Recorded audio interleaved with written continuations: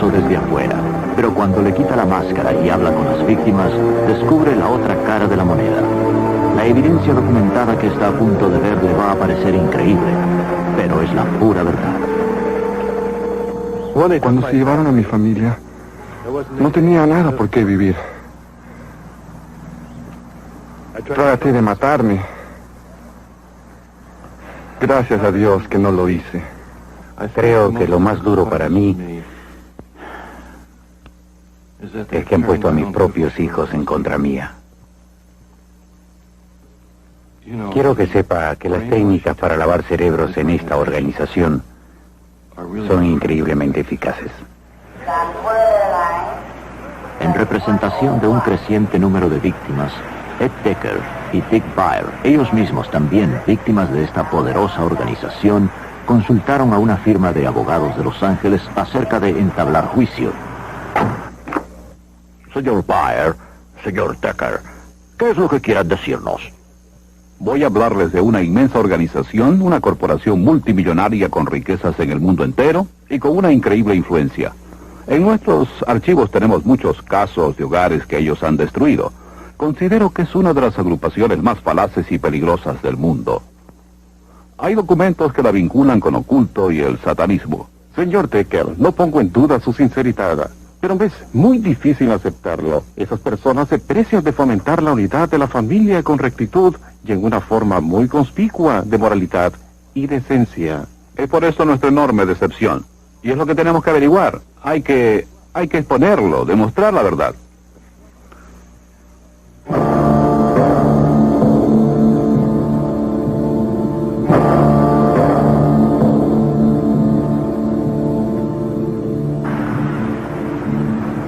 Salt Lake City, Utah, la meca del mormonismo, una de las religiones más acaudaladas y de más rápida expansión, con más de 5 millones de miembros en el mundo. Por afuera, la iglesia mormona muestra una imagen de decencia absoluta, con énfasis en la unidad familiar. Con su historia inspiradora y altas normas morales, la iglesia mormona, también conocida como la Iglesia de Jesucristo de los Santos del Último Día, produce anualmente decenas de miles de misioneros cuya meta es la de propagar el mormonismo alrededor del mundo. La mayoría de ellos son entrenados aquí, en la Universidad Brigham Young. A la mayor parte de nosotros nos parece que los mormones son verdaderos cristianos que viven su fe. Escucha al Dr. Harold Goodman, catedrático de esa universidad, ex obispo mormón. Ahora es presidente de las misiones. La iglesia fomenta el que la familia sea tan autosuficiente como sea posible en sus actividades, comenzando con la noche de familia, donde el padre, quien es el patriarca de ella, los une a todos. Allí ellos rezan y cantan una o dos canciones.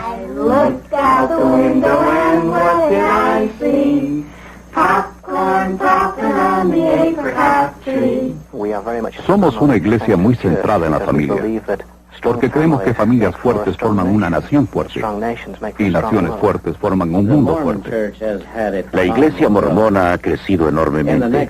En los próximos 50 años tendrá aproximadamente de 70 a 100 millones de personas.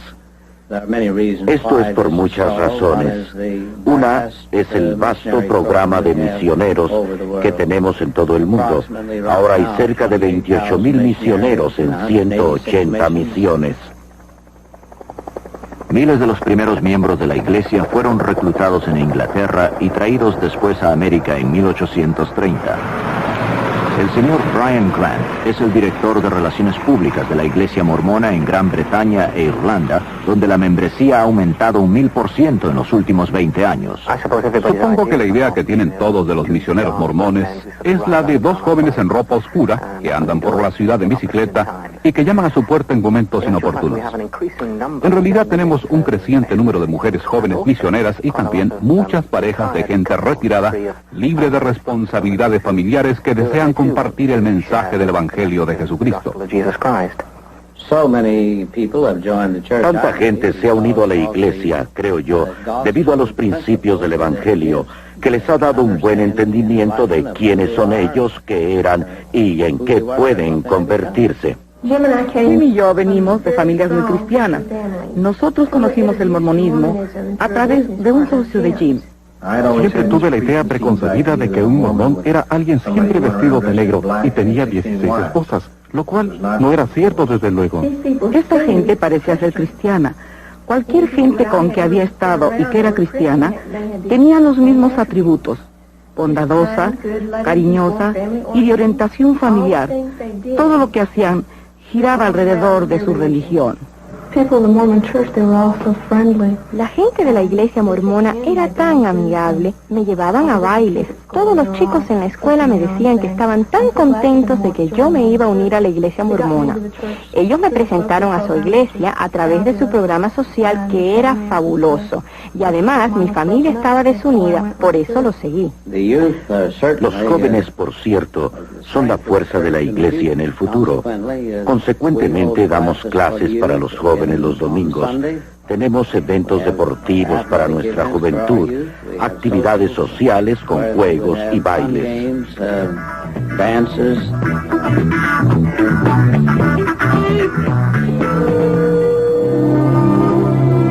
Muchos de los eventos sociales, así como los servicios regulares de la iglesia, se realizan en las capillas, las cuales están siendo construidas a razón de 2 por día en todo el mundo.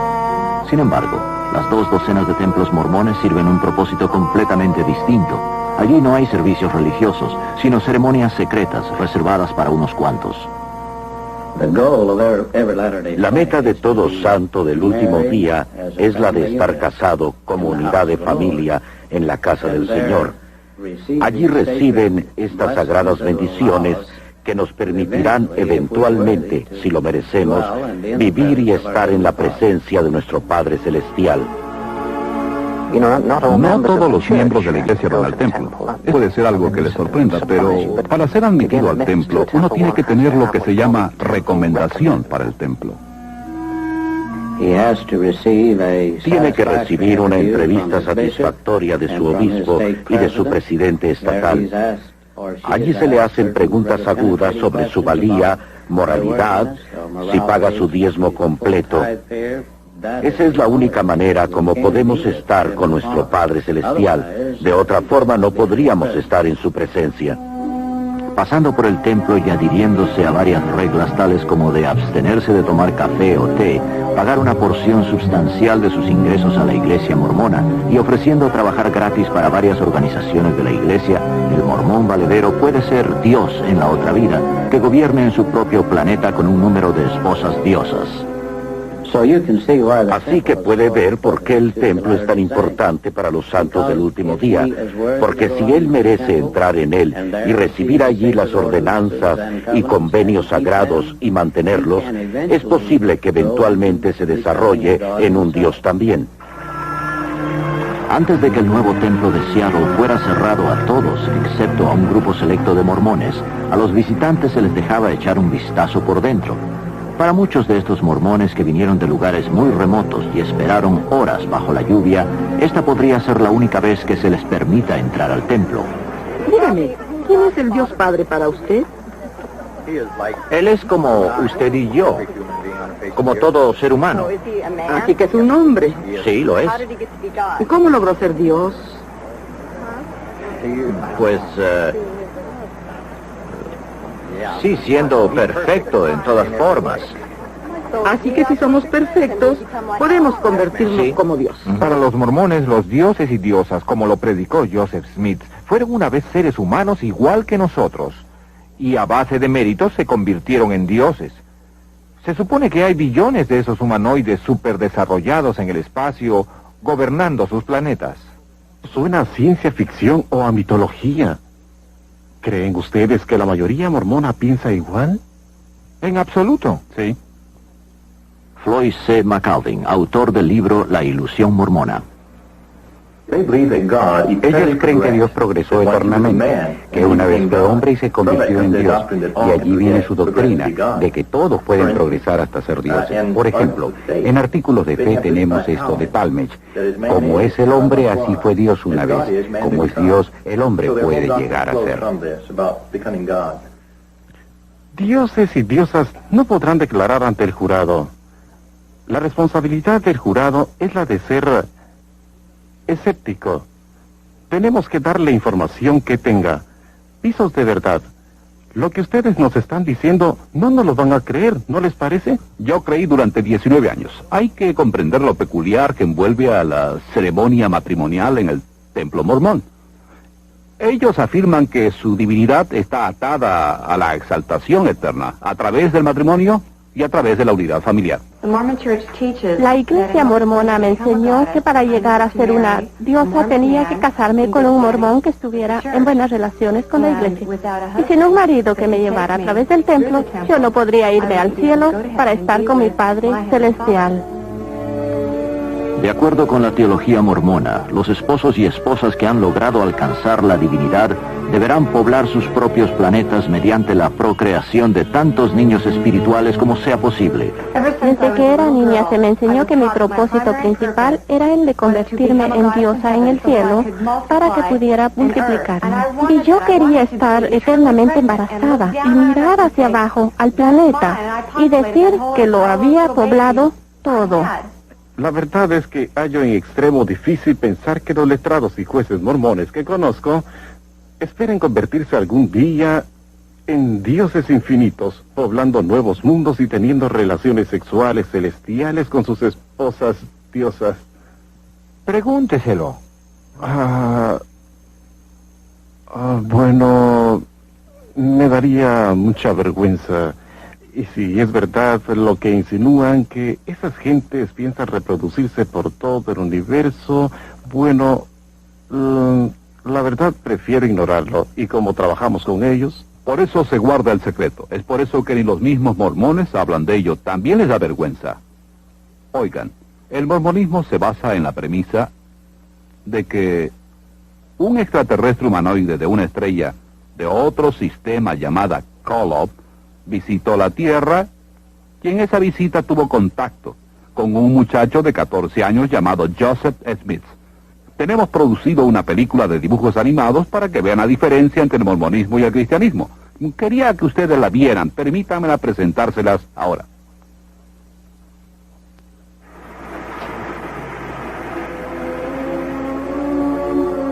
El mormonismo nos enseña que trillones de planetas por todo el cosmos son regidos por dioses que una vez fueron humanos como nosotros. Según ellos, hace mucho tiempo en uno de esos planetas, un dios no identificado y su esposa concibieron un niño espiritual llamado Elohim. Esta criatura espiritual después nació físicamente de padres humanos, quienes le dieron cuerpo. A través de ser obediente a las enseñanzas mormonas, la muerte y la resurrección, se hizo merecedor de ser elevado a la divinidad tal como su padre ante él.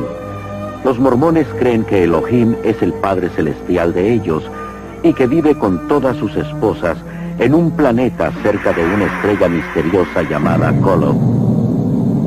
Allí el Dios del mormonismo y sus esposas, mediante interminables relaciones sexuales, producen billones de hijos espirituales.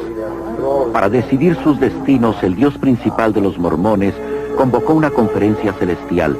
Los dos hijos mayores de Elohim estuvieron allí, Lucifer y su hermano Jesús.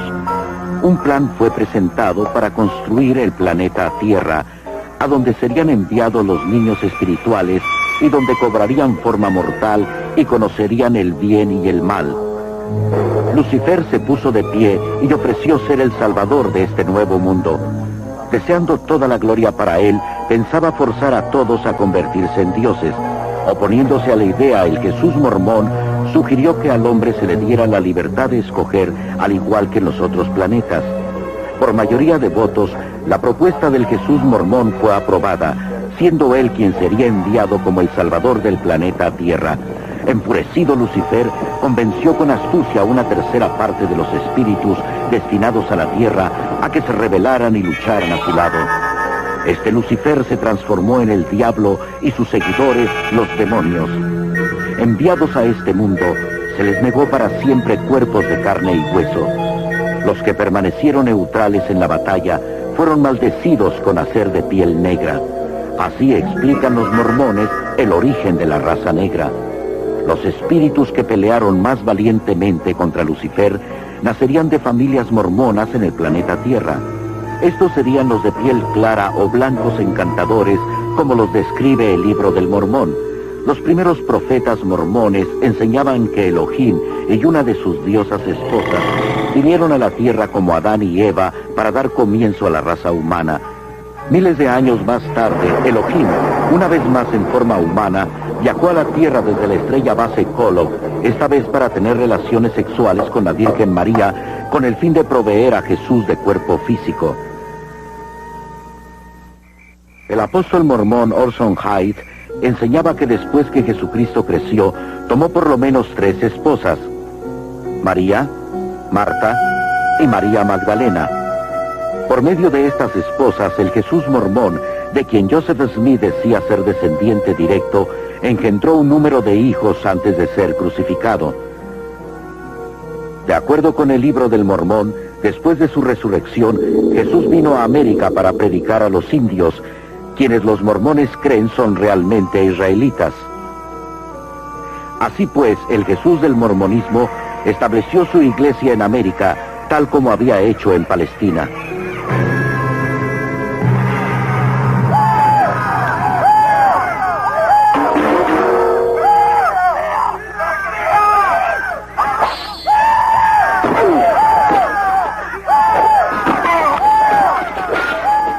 Por el año 421 después de Cristo, los indios israelitas de piel oscura, conocidos como los lamanitas, habían destruido a todos los nefitas en varias e intensas batallas.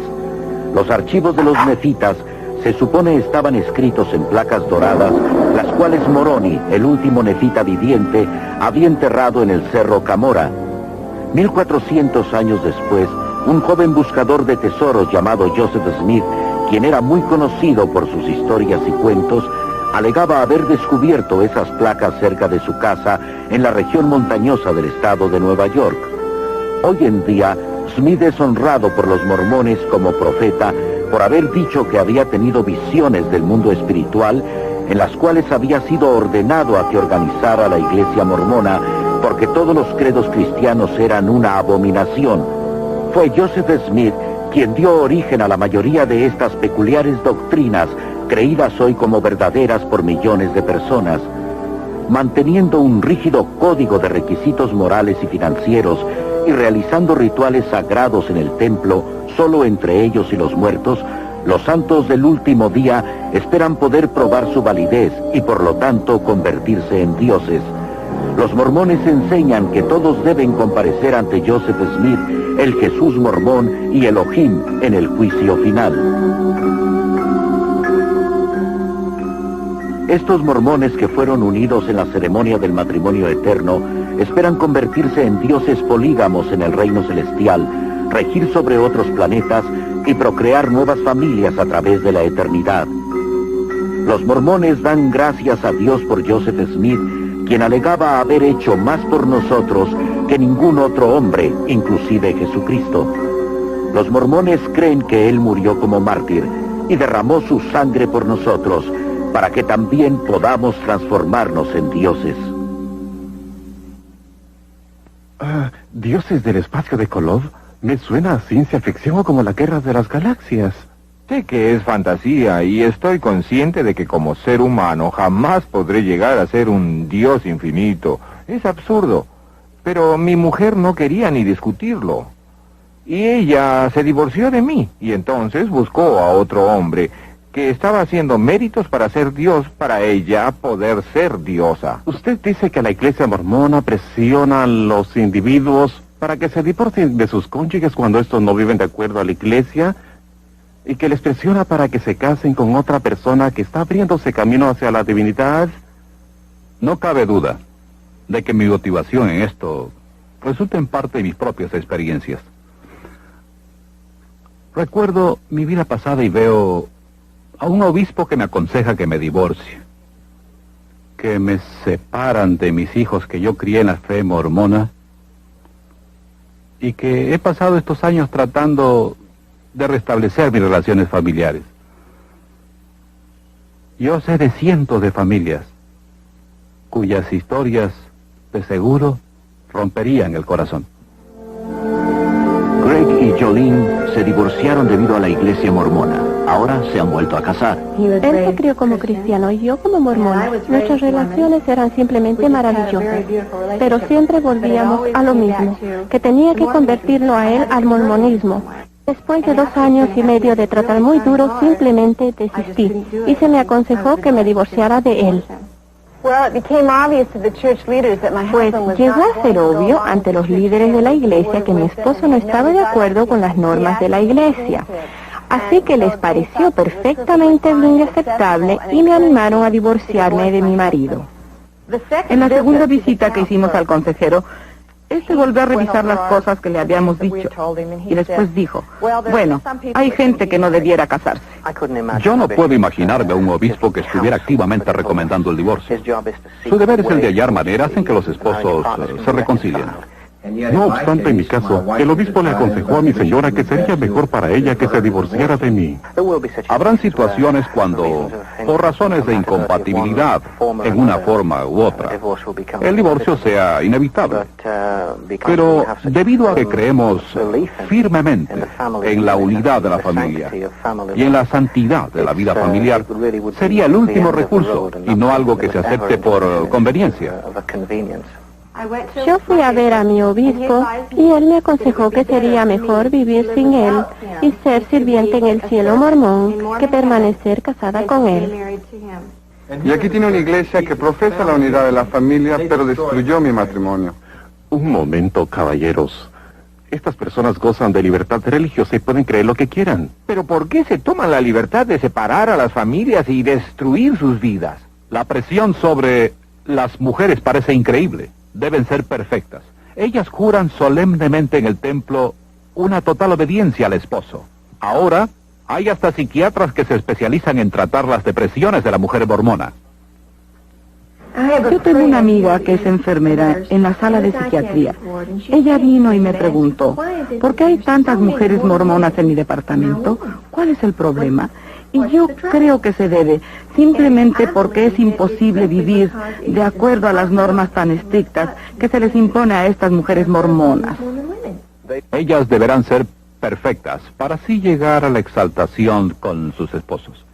No pueden ni salir de la sepultura, a no ser que sus esposos se los ordenen en la primera resurrección. Y si merecen la exaltación celestial, el cielo de la mujer mormona es estar embarazada eternamente, teniendo un bebé espiritual tras otro. Llegué a un punto en mi vida como mujer mormona en que no iban bien las cosas. Todo mi tiempo lo pasaba haciendo lo que los líderes mormones me mandaban hacer. En realidad, llegué al punto de sentirme como que no valía la pena seguir viviendo. Sandra Tanner, ex mormona, autora, investigadora, periodista, considerada como una de las más grandes autoridades en mormonismo. Utah tiene el índice de divorcios más alto de la nación, un índice más alto también que el promedio nacional en suicidios, especialmente entre adolescentes. Es más alto en Utah que en todo el país.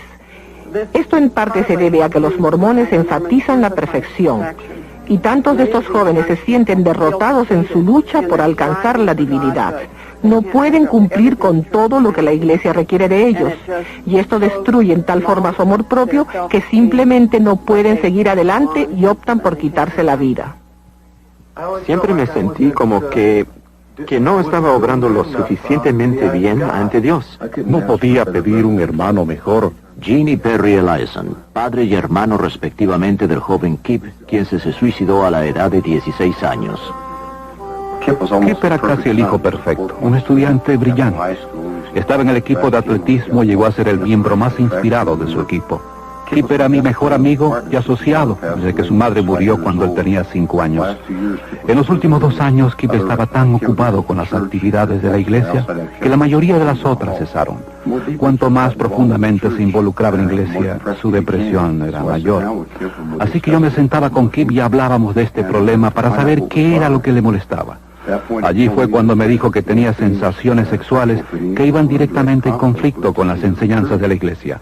Cuando Kip fue a ver a los consejeros mormones, ellos solo reiteraron las enseñanzas de la iglesia, lo cual solo sirvió para que Kip se sintiera más impuro.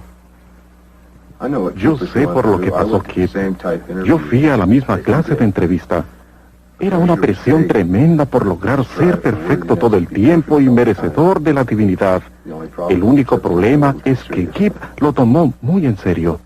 La iglesia mormona, con sus bonitos anuncios en el Reader Digest, quisiera hacernos creer que es una iglesia totalmente cristiana, pero lo que ve el de afuera no es lo que observa el que está dentro.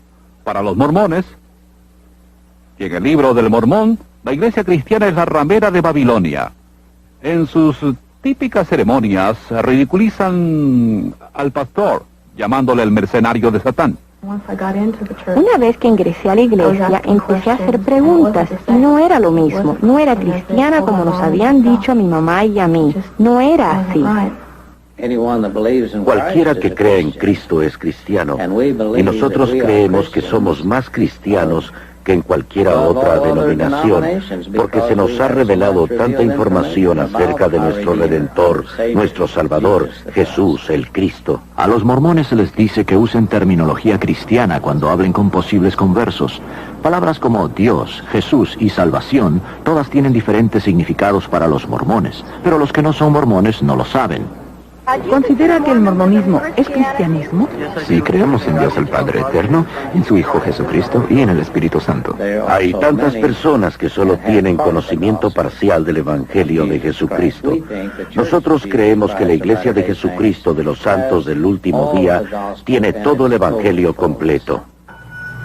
La visión de Joseph Smith es la piedra angular de la iglesia mormona, pero hay 9 versiones que se contradicen entre sí. Los líderes mormones están ocultando deliberadamente a usted la verdadera historia de su religión, porque saben que le sería muy difícil creer que viene de Dios si usted viera cómo es que realmente ha sido estructurada. En la reseña no publicada vemos que fue Jesucristo quien Joseph Smith dijo primero que se le había aparecido. La segunda vez que escribió su relato unos años después, dijo que muchos ángeles se le habían aparecido. Cambia las fechas, cambia la edad que tenía, cambia su motivación, el por qué había ido a los bosques a orar, cambia quién estuvo allí y cambia el mensaje que le dieron. Así que si nos estuviera relatando algo que él realmente vio y oyó, pensamos que debe haber sabido desde el principio si fue Dios o Jesucristo quien se le apareció o ambos. ¿Cuál fue su mensaje y cuándo sucedió? No obstante, le vemos cambiando el cuento. Si usted fuera testigo de un accidente y alguien le preguntara cómo ocurrió, si diera 3 versiones tan divergentes como esas 3 lo son, la gente diría que usted no pudo haber presenciado el suceso. La iglesia mormona de continuo cambia sus escrituras y los cambios son increíbles. Hay cientos de ellos. Recientemente ellos canonizaron la 137 sección de la Doctrina y Convenios. Cuando yo leí esto por primera vez, constaté que habían omitido más de 200 palabras de la antigua revelación que redactó Joseph Smith. ¿Por qué omitió la iglesia esas 200 palabras? Porque contenían 3 revelaciones que eran descaradas y falsas profecías de Joseph Smith. ¿Sabía que Joseph Smith decía que la luna estaba habitada por gente que vestía de cuáquera y que vivían hasta los 1000 años de edad? Y Brigham Young lo secundó cuando dijo que no solo la luna estaba habitada, sino que también el sol. Creo que alguna de la literatura antimormona más enérgica son las mismas publicaciones mormonas. Si yo afirmara que Joseph Smith y Brigham Young eran profetas del Dios viviente, yo tendría que ser polígamo. La verdadera doctrina enseña que no existe la vida perdurable sin una relación polígama. Thelma Gear, autora, franca ex mormona y bisnieta del convicto asesino mormón John D. Lee. Sentada aquí me acuerdo de mi bisabuelo John D. Lee, quien fue un pionero mormón y guardaespaldas de Joseph Smith y Brigham Young, cuando estos visitaban secretamente a sus numerosas esposas.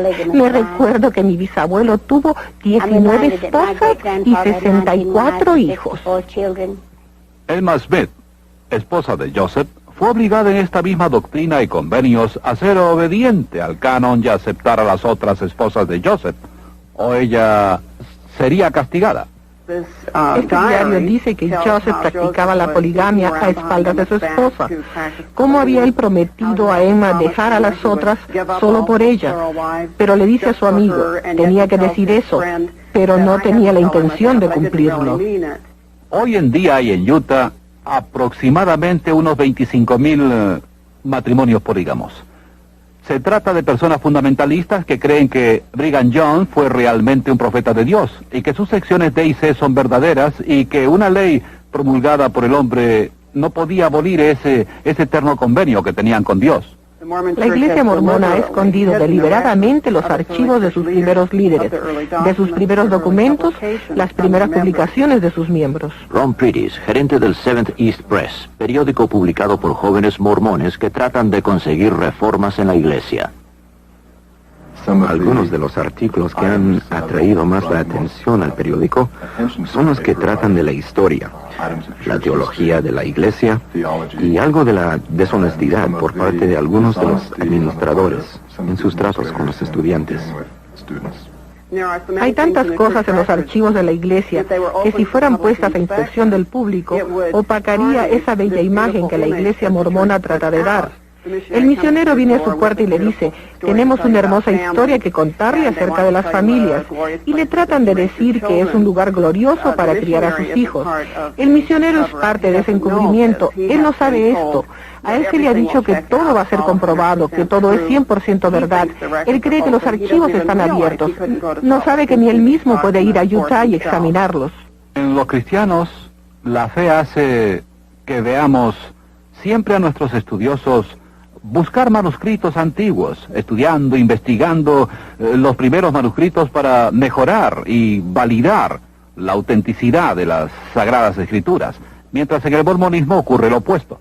Sus líderes tienen que volver, reescribir, encubrir, cambiar, suprimir, agregar por todo el libro de su historia sus escrituras. Ellos ocultan sus diarios, porque estas cosas muestran confusión y la naturaleza humanista de su teología y su religión. El libro del Mormón, se dice, es un recuento histórico traducido de las verdaderas placas que Joseph Smith desenterró de un cerro de Nueva York. Si esa es una historia genuina, uno podría asumir que se puede estudiar, al igual que cualquier libro de historia. Dr. Charles Crane, autor, catedrático y experto en arqueología mormona. Cuando miramos el libro del Mormón, nos hallamos frente a una historia enteramente diferente, en vez de ser una recopilación de datos verídicos. Yo he estudiado mapas, he tratado de verificar la información arqueológica y todavía me pregunto dónde está la tierra de Saramgela, dónde está el valle de Nimrod, dónde los llanos de Nefija. Yo no he podido encontrar dato alguno de siquiera una de las ciudades mencionadas en el libro del Mormón. Volvemos al libro del Mormón y no tenemos nada. No hay lenguaje nefita, no hay ciudades nefitas. No hay un solo mapa en ningún libro del Mormón. No se puede localizar ningún sitio. No hay evidencia para el libro. Y se supone que es una recopilación histórica. El doctor Richard Fales, autor, conferencista, arqueólogo.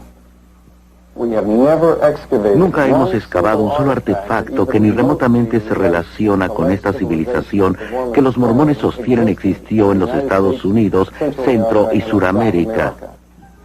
No hay evidencia arqueológica que verifique el vasto imperio americano descrito en el libro del Mormón. Sin embargo, la arqueología ha podido comprobar la existencia de todas las grandes civilizaciones, inclusive las de tiempos bíblicos. Por ejemplo, estas monedas mencionadas en la Biblia, el siclo, el dracma, el óvulo de la viuda, todas han sido encontradas en abundancia. ¿Qué es lo que hallamos cuando leemos el libro del Mormón? En el capítulo 11 de Alma, versículos 5 al 19, hay una lista de las monedas de ese periodo que usaba la gente. Figuran el serín de oro, el seón de oro, el shum de oro. Tenían monedas de menos valor, el shiblon, el ea. Hay que decir aquí que ninguna de estas monedas ha sido jamás encontrada. Mucha gente no entiende al libro del Mormón. Esta es la historia de la gente que habitaba el continente americano, norte, sur y Centroamérica, desde cerca del año 600 antes de Cristo hasta más o menos el 420 después de Cristo. Y claro, tenemos mucha evidencia de la gente que vivió allí. Creo por mis estudios de que no se trata de historia verdadera, sino de un cuento de hadas, como el de Alicia en el País de las Maravillas. Décadas de investigaciones realizadas por los arqueólogos no han producido ni pizca de evidencia acerca de la gente, los lugares o eventos del libro. Y los misioneros mormones van por todo el mundo convirtiendo al mormonismo mediante la explicación de que la arqueología ha comprobado que el libro del Mormón es verdad. Uno de los trabajos de las escrituras mormonas se llama La Perla de Gran Valor. En él se halla el libro de Abraham, que según alegaba Joseph Smith, fue traducido de unos fragmentos de papiro que le compró a un egiptólogo que estaba de paso por el área. Y por el año 1842, sin tener ningún conocimiento del idioma egipcio, él tradujo eso en lo que es llamado el libro de Abraham. Ese manuscrito desapareció hasta 1967. Ahora ha salido a la superficie. Varios egiptólogos famosos lo han leído, lo han traducido y han descubierto que no tiene nada que ver con los tiempos de Abraham. Joseph Smith no logró traducir bien ni siquiera una palabra. Lo que hizo fue tomar una letra que parece una E al revés y la tradujo en 76 palabras con 7 nombres. Bueno, hay ciertas cosas que avergüenzan a la Iglesia.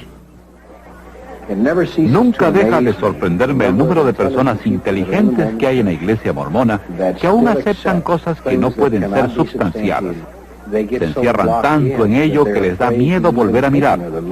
Muchas veces nos hallamos con gente que ha admitido que prefiere aceptar lo que dicen los líderes de su iglesia que sentarse con nosotros a estudiar los hechos.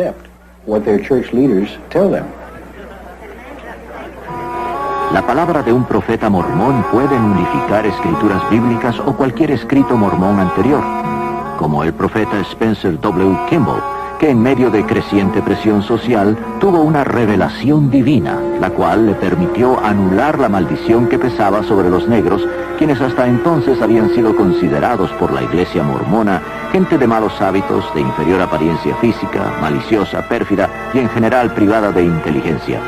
El profeta Brigham Young dijo que al mormón que se casara con una persona negra se le mataría en el acto y que esta ley sagrada nunca debía ser cambiada. Yo leí en una publicación mormona, en un artículo escrito por el actual profeta de la Iglesia, donde describe sus poderes como presidente de la Iglesia, y en ese artículo dice que él es el enlace entre el hombre y Dios. Nosotros creemos que el profeta más importante es el actual profeta. Así que cuando él habla como profeta, creemos que es como si el Señor estuviera hablando. La finalidad de la teología mormona no se basa en la evidencia de evaluar las escrituras, sino por completo en un fuego en el pecho. Las escrituras mormonas dicen que hay que buscar eso. Cuando los misioneros mormones llegan a tocar a su puerta, le hablan del libro del Mormón o le hablan del profeta Joseph Smith. Y cuando terminan, le piden que rece y que trate de sentir ese fuego en el pecho que ellos sienten y que esto le probará que Joseph Smith es el profeta de Dios, que el libro del Mormón es la escritura divina. Así que hacen una subjetiva evaluación, como que la escritura no está en duda. Ellos nos animan para leer el libro del Mormón, nada de la Biblia, sino varios segmentos del libro del Mormón, y que oremos para tener la certeza de que es la verdad. Cuando discutimos esto con los mormones, muchos dicen, no me interesa si se comprueba que las profecías de Joseph Smith son erróneas. Yo tengo un fuego en mi pecho y sé que todo es verdad. ¿Has tratado de verificarlo? No lo voy a comprobar. Siento el fuego en mi pecho. Es una total fe en todo lo mormón.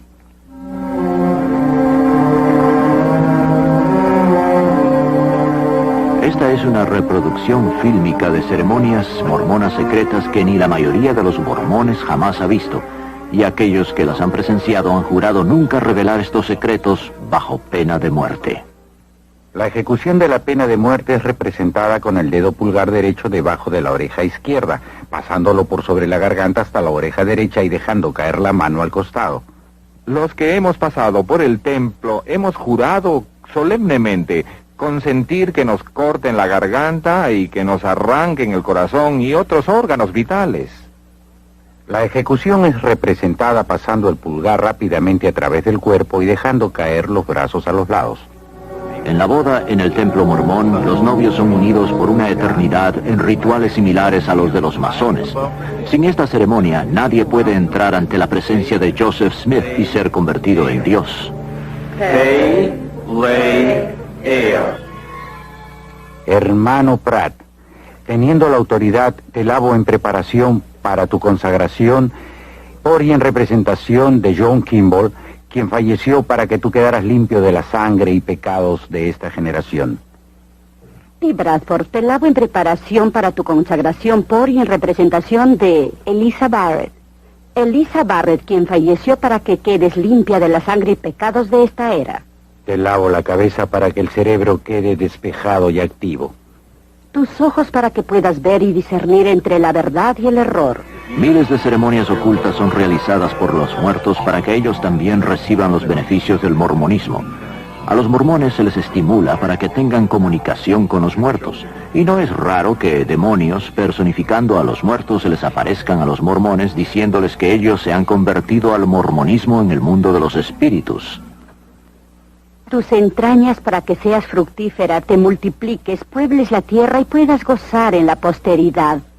Tus órganos vitales y tus intestinos para que sean fuertes y saludables en sus funciones. Tus senos para que sean el receptáculo de los principios virtuosos y puros. Nuestro profeta viviente dice que la iglesia tiene 3 propósitos. Uno es proclamar el evangelio del cual hemos hablado. El otro, perfeccionar las vidas de los santos. Y el tercero, redimir a los muertos. Por eso estamos trabajando activamente en investigar los nombres y lugares de nacimiento de nuestras familias, así como de tantos otros mortales como podamos. Lo que distingue a la Iglesia mormona de todas las otras religiones principales es su fanático programa para evangelizar a los muertos. Debido a esto, la Iglesia mormona cuenta con el centro genealógico más grande del mundo, operado por un personal de más de 600 empleados que separan y catalogan las listas de los censos, registros de las iglesias, testamentos y otros documentos. Esta información es transferida a microfilm y guardada aquí, a 20 millas de Salt Lake City. Yo hago las investigaciones y después llevo los nombres al templo y los hago bautizar y los hago guardar en la casa del Señor en unidades familiares selladas. Cuando un mormón pasa a través del templo para tomar sus dones, se le da un par de juegos de ropa interior bendita para que la lleve puesta todo el tiempo.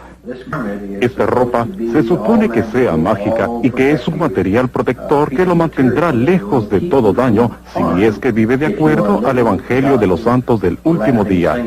Pero francamente hablando, es quizá el tipo de tela más feo y deshumanizante que uno pueda ponerse.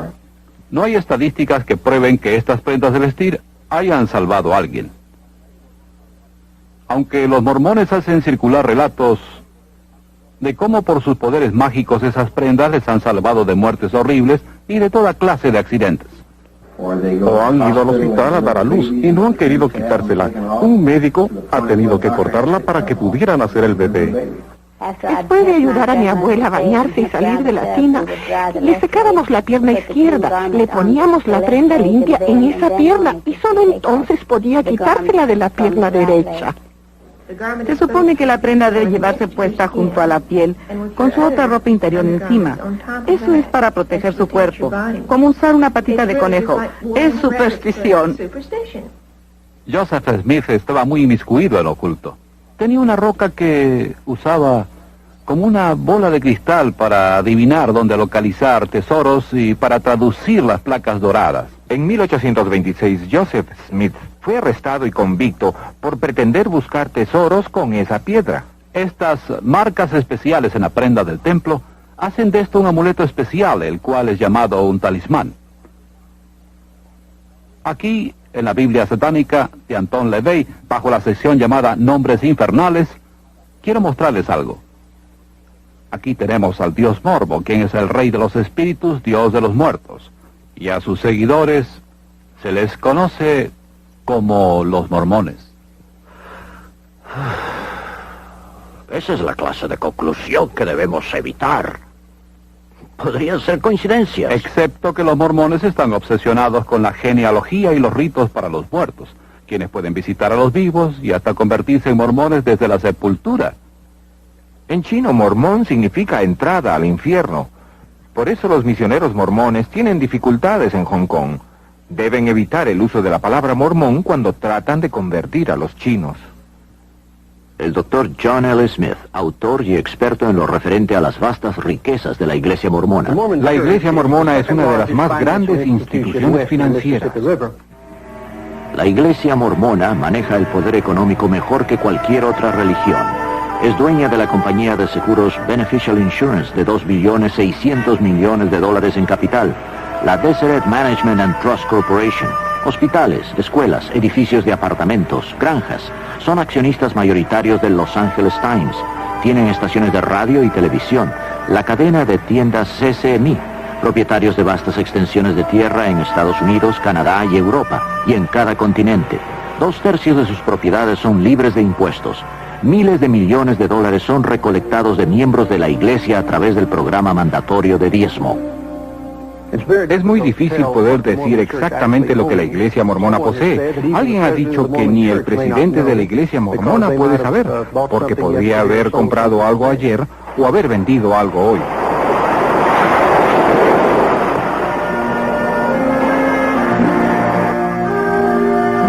Los mormones son dueños de una gran parte de Hawái y constituyen una de las principales instituciones financieras de esas islas.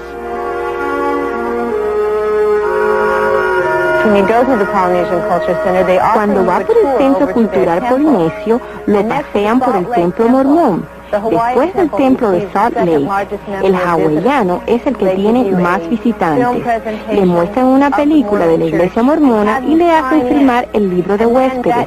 Después su nombre y dirección es pasado a un misionero donde usted vive. Ya de vuelta en casa de su viaje a Hawái, el misionero mormón golpeará su puerta y le preguntará qué le pareció su visita al templo y si le gustaría saber más acerca de la iglesia.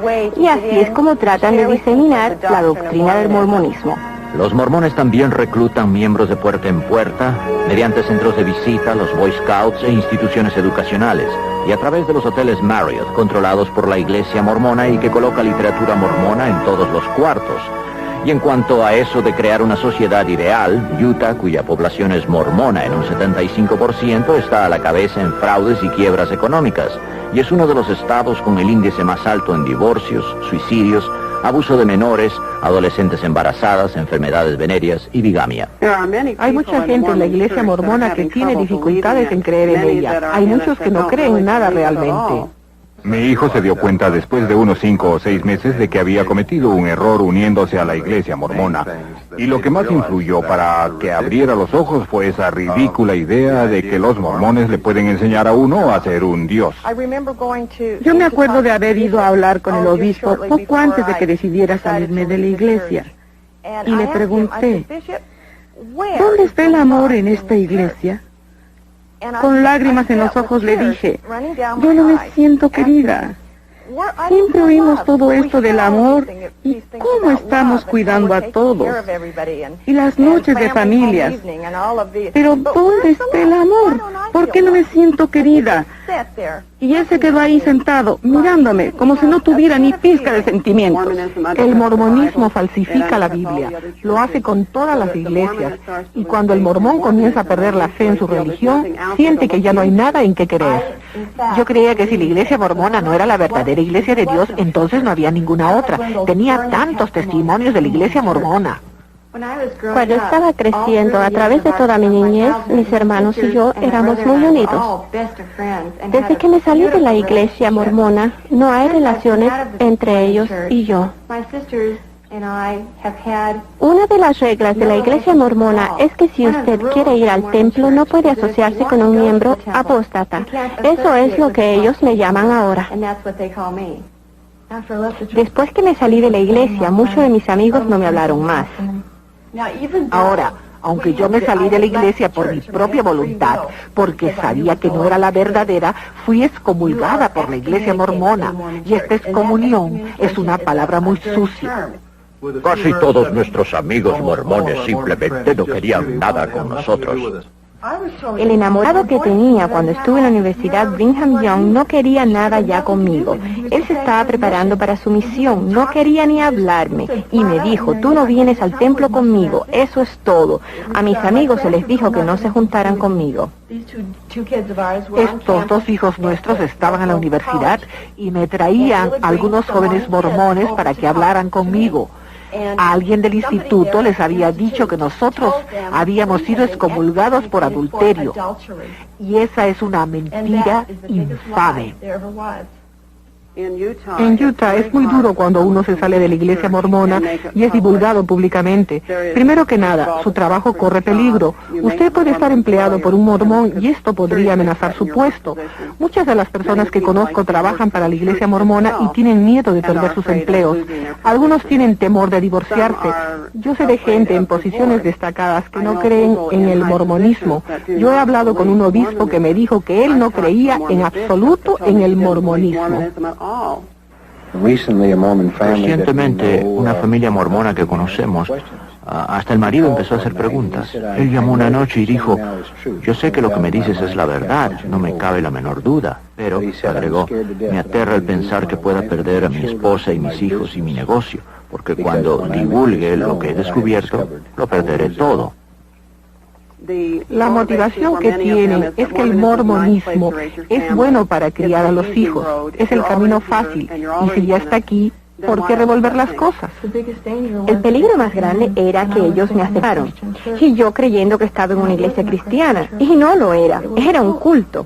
En vez de volver a uno de los trabajos regulares de la iglesia, yo me dirigí a la Biblia y comencé a leerla y decidí hacerlo de cabo a rabo. Y en el tercer capítulo de Génesis estudié cómo fue que Eva se dejó convencer por Satán y comer el fruto que le convertiría en diosa. Y después en el capítulo 14 de Isaías, Lucifer fue arrojado del cielo porque él también quería ser igual o más poderoso que Dios. Yo empecé a estudiar la Biblia, aprendí quién era el verdadero Jesús, el verdadero Dios, y comencé a entender que el Dios del mormonismo no era el Dios de la Biblia. Nosotros vivíamos según creíamos de acuerdo con la palabra de Dios, íbamos a nuestras reuniones, pagábamos nuestro diezmo, teníamos nuestra noche de familia, hacíamos todo lo que teníamos que hacer y cuando yo me volví cristiana no era la persona buena que yo creía que era. Porque Dios nos reveló nuestro orgullo interno, nuestros problemas internos, las cosas que no habían estado claras antes, porque habíamos estado tan preocupados con todo lo externo, estábamos tan contentos que creíamos que éramos buenos. Yo era una criatura solitaria en la iglesia, lo era cuando me casé, era solitaria en la iglesia cuando era soltera. Pero cuando conocí al Señor, supe que había alguien que estaría conmigo todo el tiempo. Yo recuerdo que debía pedir a Jesús que entrara en mi corazón. Me acuerdo que mis amigos cristianos decían eso. Así que un día, estando sola, me hinqué de rodillas y le pedí a Jesús que entrara en mi corazón. Yo no sabía lo que estaba haciendo, pero cuando me levanté, había nacido de nuevo. Descubrí que Jesús era el camino, la verdad y la vida, y no una organización. Toda mi vida había estado yo buscando algo en la iglesia mormona. No podía precisar lo que era. Ahora que mi mamá ha aceptado a Cristo en su vida, lo ha compartido conmigo. Yo noté un gozo en ella que nunca antes había notado. Y esto era lo que yo necesitaba. Le estoy muy agradecido a Dios de que toda nuestra familia, mi esposa y yo y nuestros 7 hijos, nos hayamos salido de la iglesia mormona y conozcamos a Jesús de una manera muy personal. Señor Decker, señor Baer, yo no creo que podamos llevar el caso. Pero es un fraude. Una falacia para engañar. Y las familias, esas vidas destruidas por ellos. No hay dinero suficiente. Ellos tienen billones. Podría durar años. Y ellos tienen los recursos. Ustedes nos han llevado a Kolob, pero dudo que un jurado nos acompañe. Los cultos protegidos en Estados Unidos bajo el actual sistema judicial continuarán proliferando a costa de muchas familias y vidas. Esto es todo lo que me queda de mi hijo Kip, la última carta que me escribió. Papá, te quiero más de lo que puedo decir con palabras. Si me fuera posible, me quedaría vivo solo por ti. Porque realmente te quiero, pero no es posible. Primero debo quererme a mí mismo y no es así. Hay dentro de mí una extraña sensación de oscuridad y autodesprecio que domina todas mis defensas.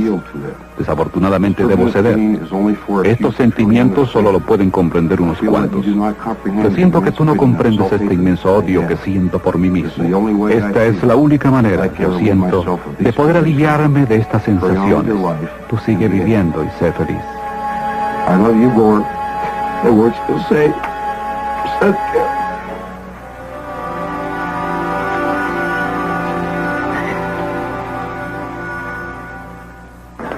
Si tuviera que irse, ¿qué es lo que más echaría de menos? ¿Irme de dónde? ¿De la iglesia? Prefiero morirme. Muy buenas tardes, señora. Somos de la Iglesia de Jesucristo de los Santos del Último Día.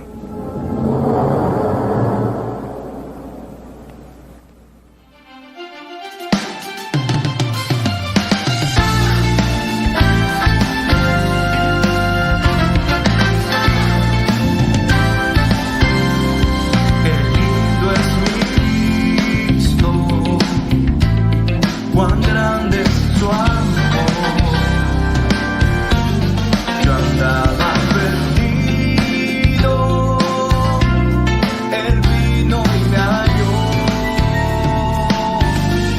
Por sus tiernas manos, Él me acarició. Tomóme en sus brazos y ahí me arrulló. Cuán dulces caricias, las del Salvador, caricias llenan mi alma de amor. Su voz me asegura, conmigo Él está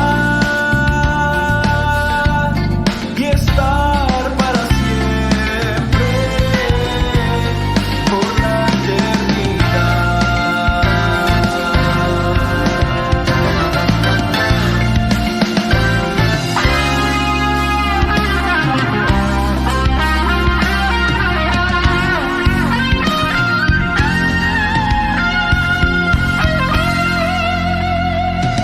Digno es el Cordero de Dios, digno es el Rey que la muerte venció.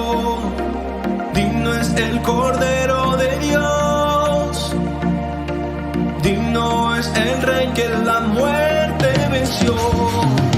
Digno es el Cordero de Dios, digno es el Rey que la muerte venció. Digno es el Cordero de Dios, digno, gracias sublime es, perfecto es su amor. Tomaste mi lugar.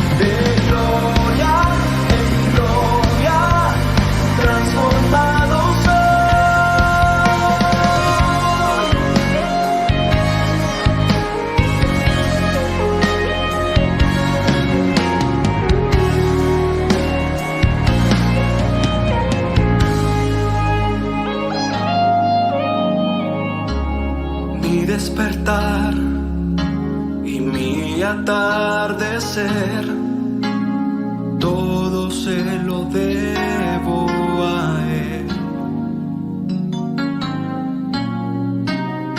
Si en mi vivir no existiera él, no sé qué sería de mí. Y es que todo se lo